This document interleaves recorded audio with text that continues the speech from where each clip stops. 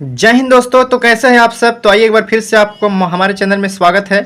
फिर से एक बार आ गए नए वीडियो के साथ, जिसमें काफ़ी आपको मज़ेदार वीडियो देखने को मिलेगा, जो प्रत्येक एग्जामों में पूछे जाते हैं यहाँ से क्वेश्चन। एसएससी सीजीएल हो, एसएससी जीडी हो, एसएससी एमटीएस का जो अभी एग्ज़ाम चल रहा है उसमें यहाँ से कुछ क्वेश्चन पूछे जा रहे हैं।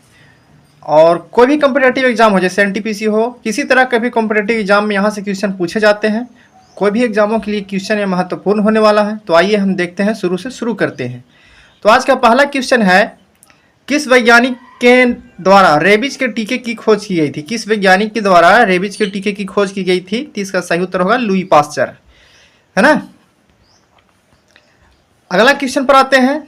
अगला क्वेश्चन कहता है, किस बीमारी का उपचार करने के लिए इंसुलिन का प्रयोग किया जाता है। इंसुलिन इंजेक्शन है, तो किस बीमारी के लिए प्रयोग किया जाता है। तो मधुमेह यानी डायबिटीज बीमारी के लिए जिनको हो जाता है, उसके लिए इंसुलिन का इंजेक्शन, इंसुलिन का टैबलेट, गोली जो भी हो, उसका उपयोग किया जाता है। अगला प्रश्न है, एड्स का पूर्ण विस्तारित रूप क्या है। इंपॉर्टेंट क्वेश्चन है, सारे के सारे इंपॉर्टेंट क्वेश्चन है जो किसी भी एग्जाम में पूछा जा सकता है आपको। एड्स का पूर्ण विस्तारित रूप क्या है। एक्वायर्ड इम्यूनोडिफिशियंसी सिंड्रोम, यह है एड्स का पूर्ण विस्तारित नाम, जिसको हम फुल फॉर्म कहते हैं, है ना। अगला प्रश्न इसको नोट कीजिएगा, किस जीवाणु के कारण दूध से दही बनता है। तो लैक्टोबैसिलस ये जीवाणु है जिसके कारण दूध से दही बन जाते हैं। आपका अगला सब प्रश्न देखिए, एक्जिमा रोग से मानव का शरीर कौन सा अंग प्रभावित होता है। तो एक्जिमा से त्वचा प्रभावित होता है। एक्जिमा से त्वचा प्रभावित होता है। अगले प्रश्न पे हम आते हैं, जब हमारी पृथ्वी से भूस्थिर उपग्रह की ऊंचाई कितनी है। भूस्थिर उपग्रह की ऊंचाई 36,000 किलोमीटर है हमारी पृथ्वी से। तो ऐसे से इंपॉर्टेंट सवाल सा है इसमें। अगला प्रश्न है, उगते और डूबते समय सूर्य का रंग लाल प्रतीत होता है, क्यों। तो क्योंकि लाल रंग का प्रकीर्णन सबसे कम होता है और तरंगदैर्घ्य इसकी ज़्यादा होती है। तो वायुमंडल में इसकी बहुत दूर तक तरंगदैर्घ्य होने के कारण हमारी आंखों तक लाल रंग पहुंचता है। आगे आते हैं। अगला प्रश्न कहता है, कौन भारतीय राष्ट्रीय कांग्रेस का प्रथम मुस्लिम अध्यक्ष था। मुस्लिम अध्यक्ष कौन था प्रथम भारतीय राष्ट्रीय कांग्रेस का। तो बदरुद्दीन तैयब जी। अगला प्रश्न है, कौन स्वतंत्र भारत के प्रथम गृह मंत्री बने थे। सबसे पहले प्रथम स्वतंत्र भारत जब हुई थी तो सरदार वल्लभ भाई पटेल जी ने, उन्होंने गृह मंत्री बने थे। अगला प्रश्न है, किस वैज्ञानिक ने भाप इंजन का आविष्कार किया था। किस वैज्ञानिक ने भाप दी, सभी को पता होना चाहिए, जेम्स वाट। इंपॉर्टेंट प्रश्न है एग्जाम की दृष्टि से। अगले प्रश्न पे जब हम आते हैं तो यहाँ देखिए, रेडियो का आविष्कार किस वैज्ञानिक ने किया था। तो मार्कोनी, जी मार्कोनी, इनका नाम है पूरा जी मार्कोनी ने, है ना। अगले प्रश्न पे जब हम आते हैं, बांदीपुरा वन्य जीव अभ्यारण्य, बांदीपुरा राष्ट्रीय उद्यान या बांदीपुरा टाइगर रिजर्व किस भारतीय राज्य में स्थित है।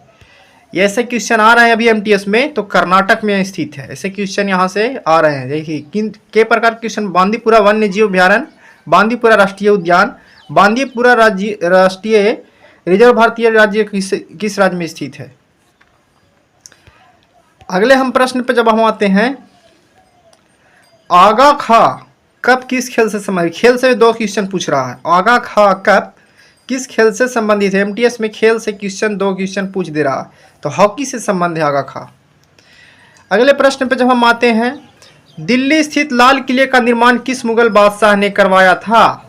तो दिल्ली स्थित मुगल सम्राट शाहजहां ने करवाया था। आइए अगले प्रश्न पे, किस वैज्ञानिक ने डायनामाइट का आविष्कार किया था। डायनामाइट, जैसे कहीं माइंस को उड़ाने के लिए डायनामाइट लगाया जाता है, तो अल्फ्रेड नोबल ने डायनामाइट का आविष्कार किया था। आइए, प्राय स्तनधारियों में कितने कक्षीय हृदय होते हैं। स्तनधारियों में जो दूध पीते हैं, स्तनधारियों में कितने होते हैं। तो 4 कक्षीय होते हैं। सबसे लंबे समय तक भारतीय मुख्यमंत्री के पद पर रहने का रिकॉर्ड किसके नाम पर है। सबसे लंबे समय तक भारतीय मुख्यमंत्री के पद पर रहने का रिकॉर्ड ज्योति बसु, जो पश्चिम बंगाल में रह चुकी थी, उनके नाम पर है। आइए अगले प्रश्न पे, वह कौन सा तापमान है जिस पर सेल्सियस और फ़ारेनहाइट तापमान बराबर होता है। तो सेल्सियस और फ़ारेनहाइट 40 डिग्री सेल्सियस पे का होता है, बराबर होता है। इस चीज़ का नोट कीजिएगा आप लोग। अगला प्रश्न देखिए, कहता है क्या, किस मिश्र धातु का प्रयोग कर कांसा बनाया जाता है। इंपॉर्टेंट प्रश्न, किसी भी एग्जाम में ऐसे सीजीएल में ऐसे प्रश्न देखने को मिलता है, पूछता है ना। ऐसे जीडी में भी ऐसा कभी कभी पूछ देता है। तो किस मिश्र धातु का उपयोग कर कांसा बनाया जाता है। तो तांबा और टीन मिलाकर क्या किया जाता है, कांसा बनाया जाता है। अगले प्रश्न पे हम आते हैं, मछलियां किसकी सहायता से सांस लेती है। मछलियां गलफड़ों के माध्यम से सांस लेती है। मछलियां किनकी सहायता से, तो गलफड़ों के माध्यम से सांस लेती है। आइए अगले प्रश्न पे, प्यारा सा प्रश्न, डेविस कप, खेल से भी प्रश्न है। डेविस कप का संबंध किस खेल से है। याद रखें, डेविस कप का संबंध टेनिस से है। ऐसे प्रश्न एग्जाम में टपकते हैं। आइए एक बार फिर से अगले प्रश्न पे चलते हैं। भारत में रेगुलेटिंग एक्ट कानून किस वर्ष लागू हुआ। तो रेगुलेटिंग एक्ट 1973 में लागू हुआ था भारत में। अगले प्रश्न पे जब हम आएंगे तो 1857 की क्रांति के बाद अंग्रेजों ने अंतिम मुगल बादशाह बहादुर शाह जफर को कैद करके कहां भेजा था। तो वर्मा में इन्होंने म्यांमार में भेजा था। आइए अगले प्रश्न पे, भारत का पूर्व से पश्चिम तक विस्तार कितना है। भारत का पूर्व से पश्चिम तक विस्तार कितनी है। तो पूर्व से पश्चिम तक 2933 किलोमीटर, 2933 किलोमीटर है। आइए हम आगे चलते हैं। अगले प्रश्न इंपॉर्टेंट प्रश्न है, भारत के तिरंगे झंडे को भारतीय संविधान सभा ने राष्ट्रीय झंडे के रूप में कब अपनाया। भारत के तिरंगे झंडे को भारतीय संविधान सभा ने राष्ट्रीय झंडे के रूप में कब अपनाया। तो 22 जुलाई 1947 को अपनाया। अगला प्रश्न है, डबल फॉल्ट शब्द का प्रयोग किस खेल से किया जाता है। डबल फॉल्ट, प्यारा सा प्रश्न भाई, एमटीएस में फिलहाल पूछे जा रहे हैं ऐसे ऐसे प्रश्न। तो टेनिस में ऐसा इसको उपयोग किया जाता है डबल फॉल्ट के नाम से। आगे चलते हैं। अगला प्रश्न है, पेनल्टी किक शब्द का प्रयोग किस खेल में होता है। पेनल्टी किक शब्द का प्रयोग किस खेल में होता है। तो फुटबॉल में होता है। पेनल्टी किक शब्द का प्रयोग फुटबॉल में। आइए अगले प्रश्न पे, पेनाल्टी स्ट्रोक शब्द का प्रयोग किस खेल में किया। शब्द का प्रयोग हॉकी से जुड़ा हुआ है। आइए अगले प्रश्न पे, डिस्कवरी ऑफ इंडिया पुस्तक के लेखक कौन है। डिस्कवरी ऑफ इंडिया पुस्तक के लेखक पंडित जवाहरलाल नेहरू जी हैं। ठीक है, आगे आते हैं अगले प्रश्न पे जब हम, तो क्वेश्चन नंबर 30 में कहता है क्या, पंचतंत्र पुस्तक के लेखक कौन है। पंचतंत्र पुस्तक के लेखक विष्णु शर्मा है। अगले प्रश्न पे चलते हैं, भारत की पहली महिला शासिका कौन थी। भारत की पहली महिला शासिका रजिया सुल्तान थी। देखिएगा, किसी भी एग्जाम में ऐसे प्रश्न पूछे जाते हैं। सन 1954 भारत और चीन के बीच कौन सा समझौता हुआ था। तो उसमें पंचशील समझौता हुआ था, है ना। आगे आइए, भारत के सर्वोच्च न्यायालय के मुख्य न्यायाधीश का कार्यकाल कितने समय तक का होता है। तो 5 वर्ष का कार्यकाल अथवा 65 वर्ष की आयु तक जो भी पहले हो, ये होता है। हम अगले प्रश्न पे चलेंगे। तो हमारे भारत के राष्ट्रपति को राष्ट्रपति पद को शपथ कौन दिलाता है। तो भारत के राष्ट्रपति को राष्ट्रपति पद की शपथ दिलाने के लिए सर्वोच्च न्यायालय का मुख्य न्यायाधीश दिलाते हैं। आइए हम अगले प्रश्न पे आते हैं। बहुत प्यारा सा प्रश्न, गन्ने का सर्वाधिक उत्पादन किस भारतीय राज्य में होता है। तो गन्ने का सर्वाधिक उत्पादन उत्तर प्रदेश में सबसे ज्यादा होता है। अगले प्रश्न पे जब हम आएंगे, तो पायरिया रोग मानव के शरीर का कौन सा अंग प्रभावित करता है। पायरिया रोग मानव के शरीर का कौन सा अंग प्रभावित करता है। ये दांत करता है, दांत से मवाद वगैरह इसमें खून वगैरह आने लगते हैं। आगे चलते हैं। इसमें नोबेल पुरस्कार की शुरुआत किस वर्ष हुई थी। तो 1901 में नोबेल पुरस्कार देने के लिए शुरुआत की गई थी। आइए आगे अगले प्रश्न पे, राष्ट्रपति सभा में कितने सदस्यों को मनोनीत कर सकता है। राष्ट्रपति सभा में, अगले प्रश्न पे हम आते हैं। सन 1983 के क्रिकेट विश्व कप विजेता भारतीय क्रिकेट टीम के कप्तान कौन थे। ये कपिल देव थे। अंतर्राष्ट्रीय महिला दिवस प्रतिवर्ष मार्च महीने की किस तिथि को मनाया जाता है। तो 8 मार्च को मनाया जाता है। अगले प्रश्न पे हम आते हैं, भारतीय संविधान सभा के स्थायी अध्यक्ष कौन थे। भारतीय संविधान सभा के स्थायी अध्यक्ष डॉक्टर राजेंद्र प्रसाद थे। आगे आते हैं, प्यारा सा प्रश्न देखिए, कौन भारतीय संविधान सभा की प्रारूप समिति के अध्यक्ष थे? तो प्रारूप समिति के अध्यक्ष थे डॉक्टर भीमराव अंबेडकर जी। ऐसे ऐसे क्वेश्चन एग्जाम में पूछे जा रहे हैं, इसको ध्यान में रखिएगा इस चीज़ को। और अगले प्रश्न पे आइए, सिख धर्म का संस्थापक गुरु नानक देव जी का जन्म कहाँ हुआ था? तो इनका नानकाना साहिब पाकिस्तान में हुआ था। आइए अगले प्रश्न पे, स्वामी दयानंद सरस्वती का मूल नाम क्या था? स्वामी दयानंद सरस्वती का मूल नाम मूल शंकर था। इंपॉर्टेंट प्रश्न है जो एक से एग्जाम में पूछे जाते हैं। अब देखिए, ब्रह्म समाज की स्थापना किसने की या किनके द्वारा की गई थी? तो राजा राम मोहन राय द्वारा ब्रह्म समाज की स्थापना की गई थी। आइए आगे प्रश्न कहता है, क्या आर्य समाज की स्थापना कब, किसने तथा कहाँ की गई थी?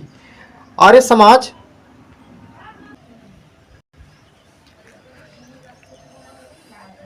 आइए अगले प्रश्न पे कहता है, आर्य समाज की स्थापना कब, किसने तथा कहाँ की गई थी? तो आर्य समाज की स्थापना 10 अप्रैल 1875 10 अप्रैल 875 टाइपिंग हो गया है। ये 1875 को स्वामी दयानंद सरस्वती ने मुंबई में आर्य समाज की स्थापना की थी। अगले प्रश्न पे जब हम आते हैं, कौन भारत की पहली महिला राज्यपाल थी? तो भारत की पहली महिला राज्यपाल सरोजिनी नायडू थी। आइए अगले प्रश्न पे, इंपॉर्टेंट सा प्रश्न, 1857 ईस्वी के विद्रोह में किस भारतीय क्रांतिकारी ने सर्वप्रथम अपना बलिदान दिया था? तो 1857 की क्रांति में मंगल पांडे ने अपना बलिदान दिया था। बहुत प्यारा सा प्रश्न है। अगले प्रश्न पे आइए, 1939 ईस्वी में कांग्रेस के अध्यक्ष पद से इस्तीफा देने के बाद नेताजी सुभाष चंद्र बोस ने किस नाम से अपने एक स्वतंत्र दल की स्थापना की? अपना एक दल बनाए थे सुभाष चंद्र बोस ने, अपने एक दल का स्थापना किया था उन्होंने, फॉरवर्ड ब्लॉक इस दल का नाम था। आइए अगले प्रश्न पे, तो अगले प्रश्न पे हम आते हैं, भारतीय क्रांतिकारियों में किसे पंजाब केसरी के नाम से जाना जाता है? तो भारतीय क्रांतिकारियों में लाला लाजपत राय को पंजाब केसरी के नाम से जाना जाता है। अगले प्रश्न पे आते हैं, जलियांवाला बाग हत्याकांड किस वर्ष तथा कहाँ हुआ था? तो जलियांवाला बाग हत्याकांड 1919 पंजाब के अमृत शहर में जलियांवाला बाग के मैदान में हुआ था। ये बहुत दुखद घटना थी। आइए अगले प्रश्न पे, गिद्धा और भांगड़ा किस भारतीय राज्य का प्रमुख लोक नृत्य है? इंपॉर्टेंट सा प्रश्न, गिद्धा और भांगड़ा पंजाब का है। अगले प्रश्न पे आते हैं जब हम, तो देखिए, शास्त्रीय नृत्य कथक किस राज्य का एक प्रसिद्ध लोक नृत्य है? शास्त्रीय नृत्य कथक किस राज्य का एक प्रसिद्ध लोक नृत्य है? ये उत्तर प्रदेश का है। इंपॉर्टेंट प्रश्न है ये, एग्जाम में SSC CGL कहीं भी एग्जाम में एक क्वेश्चन छोड़ता नहीं है नृत्य, लोक नृत्य से। आते हैं अगले प्रश्न पे, रॉलेट एक्ट को किस वर्ष लागू किया गया? तो रॉलेट एक्ट को 1919 में लागू किया गया था। आइए सेकेंड लास्ट क्वेश्चन, सिंधु घाटी सभ्यता का बंदरगाह कहाँ पर था? सिंधु घाटी सभ्यता का बंदरगाह लोथल में था, है ना? कहाँ पर था? लोथल में था। अगले प्रश्न पे आते हैं, अंतिम क्वेश्चन है, संसद में कौन से 2 हाउसेस हैं? संसद में कौन से 2 हाउसेस हैं? एक लोकसभा और एक राज्यसभा। तो संसद में 2 तरह के, एक लोकसभा का है और एक राज्यसभा का। तो इसी तरह के वीडियो देखने के लिए हमारे चैनल को सब्सक्राइब करें। किसी भी एग्जाम में ऐसे प्रश्न पूछे जाते हैं, ये SSC MTS हो, SSC CGL हो, SSC GD हो, NTPC हो, किसी भी तरह का कॉम्पिटिटिव एग्जाम जिसमें ऐसे प्रश्न पूछे जाते हैं, तो कोई भी एग्जाम के लिए प्रश्न महत्वपूर्ण था, ये प्रश्न महत्वपूर्ण है। तो इसी तरह के वीडियो देखने के लिए हमारे चैनल को सब्सक्राइब करें। तब तक के लिए जय हिंद।